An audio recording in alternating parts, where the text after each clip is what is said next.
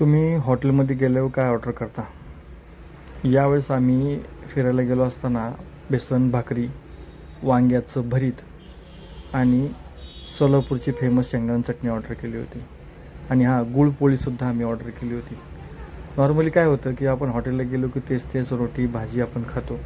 पण सोलापूरच्या या प्रसिद्ध निसर्ग हॉटेलमध्ये आम्ही जेव्हा गेलो तेव्हा आम्ही बेसन भाकरी, भरलेलं वांगं म्हणजेच मसाला वांगं आणि गुळपोळी, शेंगदाण्याची फेमस चटणी हे आम्ही ऑर्डर केलं होतं.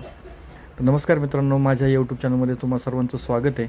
आणि यावेळेस मी तुम्हाला घेऊन चाललो आहे सोलापूर, तुळजापूर आणि लातूर ही एक शॉर्ट ट्रिपसाठी. नेहमीप्रमाणे सोलापूर हायवेला आम्ही सकाळच्या नाश्त्याला थांबलो होतो. नाश्ता म्हणजे काय, आमचं ते जेवणच झालं. या जेवणामध्ये आम्ही तुम्हाला म्हटलं त्याप्रमाणे अतिशय सुंदर चविष्ट या हॉटेलमधलं जेवण आम्ही खाल्लं आणि पुढं सोलापूरसाठी आम्ही निघालो. समोर दिसतोय तो सिद्धेश्वराचं खूप सुंदर मंदिर, जे आत्तापर्यंत मी फार कमी मंदिरं पाहिली. जसं शेगावचं मंदिर आहे तसंच हे आपलं सिद्धेश्वराचं मंदिर. याच सुंदर मंदिराच्या आवारामध्ये काही मुलं एक मानाची काठी कंबरेवरती घेऊन चालण्याचा प्रयत्न करत होते. आम्हाला त्यानंतर त्यांच्याशी बोलल्यानंतर आम्हाला कळालं की ती मानाची काठी असते, देवाचा तो छबिना असतो. तर तिथून आम्ही पुढे गेल्यानंतर या मंदिराच्या मेन गाभाऱ्याकडे जेव्हा आम्ही गेलो तिथं थोडंसं कामही चालू होतं. पण अतिशय सुंदर मंदिर आहे हे. सिद्धेश्वर मंदिराचा अथांग असा पाण्याचा परिसर आणि एका बाजूने मंदिरात जाण्यासाठी केलेली खूप छानशी अशी व्यवस्था. वाटसरूंना तिथं झोपण्यासाठी सावली आणि एकदम शांतमय वातावरणामध्ये आम्ही त्या मंदिरामध्ये जेव्हा प्रवेश केला तर खूप छान वाटलं आम्हाला. पूर्ण दगडी बांधकाम आहे.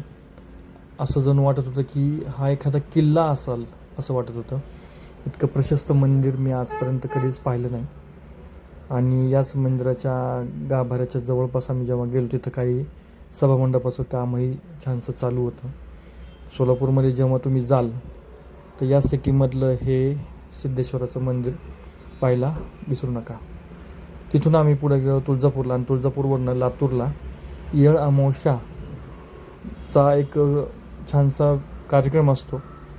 या येळ अमावस्याच्या वेळी प्रत्येक शेतकरी हा गाव सोडून त्याच्या शेतामध्येच वावरामध्ये 5 पांडवाचे प्रतिकात्मक असे रूपक असे तयार करतो, ज्याला 5 पांडवाचं पूजन असं म्हणतात. आणि शेतात बसूनच तिथं जेवण केलं जातं. त्यावेळेस आपल्या नातेवाईकांना सुद्धा तिथं बोललं जातं. तर आमचे मित्र दिनेशजी यांच्या या वावरातले हे काही क्षणचित्र व्हिडिओज तुम्हाला दिसतात आहे, ज्याच्यामध्ये त्यांनी त्यांच्या वावरामध्ये 5 पांडव पूजले होते. आणि त्यानंतर त्यांचा मुलगा अथर्व याने डोक्यावरती आंबील आणली. तोच प्रसाद या रूपक 5 पांडवांना दाखवला जातो.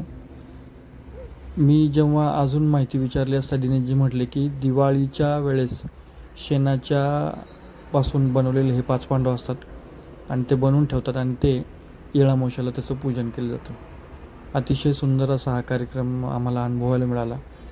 लातूर जिल्ह्याच्या या परिसरांमध्ये पूजन झाल्यानंतर येळ अमावस्येचा कार्यक्रम मोठ्या प्रमाणात साजरा केला जातो.